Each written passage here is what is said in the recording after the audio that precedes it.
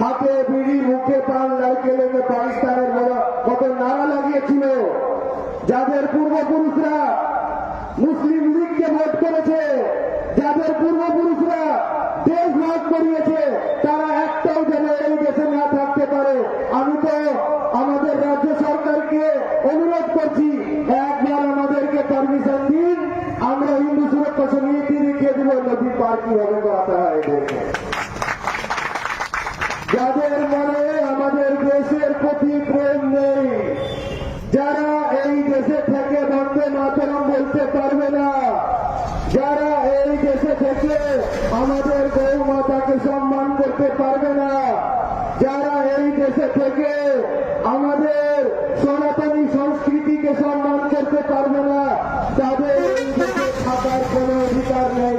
তাদেরকে একটা দেশ দেওয়া হয়েছে, তারা সেই দেশে চলে যাক, আর না যেতে পারলে আমরা পাঠিয়ে দিব, সেইভাবে আমরা প্রস্তুত আছি।